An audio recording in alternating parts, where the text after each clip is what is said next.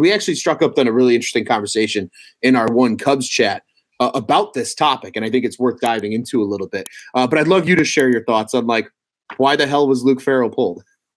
Sure. Yeah. I mean, so like even when the game started, my dad even pointed out to me, he was like, "Well, his first couple of pitches, he couldn't find the zone. All of a sudden, he's dialed in."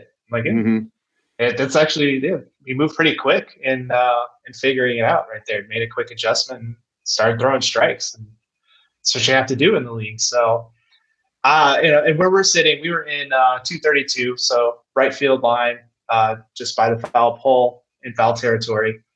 So I couldn't see much of like obviously the movement of the pitches or anything like that. But so I can't comment on any of that. But like, it's one of those things where you're watching, and it's kind of boring, and you start to realize he's pitching really well. That's why it's boring, because nothing has happened. Like, So absolutely. Just the 3 Ks. So what? Like, it's as a pitcher, you got different styles. You don't need to strike everyone out if you can make contact from everyone. Like Tyler O'Neill and his giant arms, first 2 at bats could barely get it out of the outfield. He looked really good, and that's why even after the Nudie Bar home run, he hit it. I think there were no outs on that when he hit that, or was there 1 out? One out. Was there 1 out? I was like, let the man finish this inning. Who cares? He gave up a home run to Newt Bar. Like, he didn't. Miles Michaelis pitched. And he was at 96 pitches when the Cubs scored 2 more runs, and like he was looking tired then, But for Luke, I mean, I don't know. You mentioned 3rd time through the order. I don't know if it's just because he's being called up. They want to like make sure they don't want to overdo it. But this idea of pitch counts, I don't know. It drives me nuts in today's baseball. I understand, you have arms, you want to save them. You don't want anyone to get hurt like they did. We were talking about like Strasburg and Kerry Wood and Mark Pryor, guys like that. Yep. And especially Pryor, because he was so good. He was just so good, and just unfortunate like what happened. But I don't know, man. I like I say, I grew up watching guys like Randy Johnson, who could throw 130 pitches every 5 days if he had to. And he even like said as much. Like sometimes he'd join in on Diamondbacks broadcasts, and he talks about those old days. And he talks about like how pitchers are now, and he's like, I prepared myself to have to do that. Like if I had to, I could throw 130 pitches if that's what the team needed. If the bullpen was depleted and they were like, we need you to pitch a complete game, I was prepared. I would do it. Yeah. And it just like that doesn't exist anymore. And whether it's stats because of the 3rd time through the order, whether it's just want to protect your arms, your young arms. Like I get it. I get you want to protect guys, but I don't know. It's tough not watching. Like how many guys have gone through like the 8th inning this year, right? I mean, like Sandy Alcantara has done it multiple times this year. He's done it more than like I was gonna say. I think Alcantara has done it literally more than like 18 complete teams have. Like he's going beyond or like at least through 8 just by himself, which is insane when you think about it. Like you said, in today's baseball. Merrill Kelly for the Diamondbacks, he's done it a few times. I don't think Zach Gallen has gotten there, but he's had his longest outings this season for the Diamondbacks. I think he's gone through 7, which is, again, that's also still rare, like getting through 7 innings nowadays. Right. But those are like the few guys off the top of my head I can think of. Sorry, Diamondbacks fan, but I also just saw that stat, and those 2 were at the top of the list, Alcantara and Merrill Kelly. So my point still stands. It's just strange to me. I looked at my dad. I'm like, 71 pitches. What's going on? Yeah. Like he doesn't even look wild. He didn't look tired. Right. Nothing looked out of control. It's just Newt Bar hit a home run. I'm like, Rossi, what are you doing? Yeah. Let this guy like finish this inning at least. Right. I don't know. Seems strange to me. And I think looking just at this one example, like I think too with Farrell, admittedly, I haven't kept up enough with him in the minor leagues. Like maybe he was only going, normally like 4 innings. Like I don't know what it was in that instance, but in the greater prospect, because I do kind of want to talk about this a little bit, because I think it's a great topic in baseball to talk about. And I'm right there with you. I like watching pitchers go deep. Like at least get us through 7, right? Like my at least hope is like get through 6, right? 6 is a quality start. We'll take it. I think that's awesome. At minimum 5. Like if you're having a rough day or, maybe the command's not there, but you're pushing through, at least getting through 5, I like. But like I love seeing a guy go through 7. Like Marcus Stroman over the weekend going 7 2/3.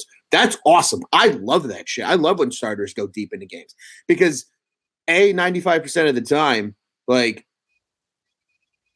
you're usually dealing if you're going that deep into a game. So you always love to see a good start from your starter. But it also just shows the durability of these guys because, like you said, like I remember the days of guys like Randy Johnson and even some of these other guys like Andy Pettit and all of them. Like even on a bad day, they're probably still going at least 7 or at least pitching into the 7th inning. And then you keep that bullpen a little fresher. And, sure, guys are throwing harder now and things like that. And there's arguments on both sides. But, a lot of these guys, like even a lot of the starters now will still tell you, they're like, as a starting pitcher, I want to pitch as long as I physically can. Like that's what they want to do. And I think we're like, at least from a Cubs perspective, right? Obviously with the D-backs, you guys have been spoiled. I have Gallen on one of my fantasy teams. So yes, he's been very nice this year. But him and Kelly, I remember there's nights where I'll check and the D-backs win and I see Kelly and I'm like, damn, he went 8 innings tonight. Like that. Okay. And I think he actually had a game against the Cubs this year where he went like 7 2/3, if I remember correctly. So I vividly remember that. And it's just like you would love to see more of that in baseball because now it's become a unicorn where, like you said, like in the Randy Johnson days, it was maybe not necessarily the standard because Randy Johnson was Randy Johnson. And like you said, could go 9 innings every 5 days. But at least like I feel like the narrative has shifted from like, all right, at least get your starter through 5. When it used to be like, hey, at least get your starter into the 7th inning. Like that was always the goal was like get him into the 7th. Maybe you get a couple outs. Maybe he goes through the whole 7th, whatever it is. And then, okay, hey, we'll yank you. Setup man, closer, game, right? Especially if you're winning. Right. So I agree. I think there is a part of baseball with a starting pitcher that you miss in that instance too. And I know like data analytics say, okay, you're 3rd time through the order. Like guys are more likely to get a hit, whatever. That's fine. But like, I think a perfect example of that, Brian, is the World Series, Tampa versus LA, and Blake Snell getting pulled and how controversial that was because as soon as he got pulled, the Dodgers finally scored. The Rays had a chance to push it to 7. Instead, Dodgers win in 6, and it's curtains. And, and some people argue that that's why Blake Snell was like, hey, trade me. Like, I don't want to be here anymore if you're gonna pull me from a game when I'm cruising, because he wasn't like struggling to get to that point. Like he was cruising that game. Well, and Kevin Cash was also one of the first adopters of the opener, right? I mean, starting Sergio Romo for an inning or 2 and going like just having a bullpen game. Makes sense. I mean I can see why Snell would get me out of here after that. Yeah. But yeah, it's just an interesting thing to watch how baseball evolves into this way. And it's not good or bad or anything. It's just it's definitely different. And it seems like the idea of a starting pitcher is kind of going away. Like everything is a bullpen game now. Like how many middle relievers can you name that are like, I don't know, are they Hall of Fame middle relievers or Yeah, right. Like if anybody, it's closers, right? Usually, like those are the guys that come to mind. Like, all right, Hall of Fame closer, like obviously Mariano Rivera, Trevor Hoffman. What was Wagner with the he was with the Pirates and then the Mets there for a bit. Like those guys, right? Like you said, like that's what comes to mind, and I completely agree. And I think to an extent too, right? Like I think that the most when you see the bullpen game and the bullpen's importance come into play is in the postseason, right? Like you see it every year. Don't get me wrong. I still love when a starter goes out there in the postseason and shoves. Like, I mean, that's what I think makes the Jake Arrieta start against Pittsburgh in the 15 wildcard game so special because he won a complete game and just shoved it down the Pirates' throat. And that's awesome. Like, we'd love to see that. Would it have been cool to see Rondon get the last out? Yeah, sure. But he got that in the, in the clinching game in the NLDS.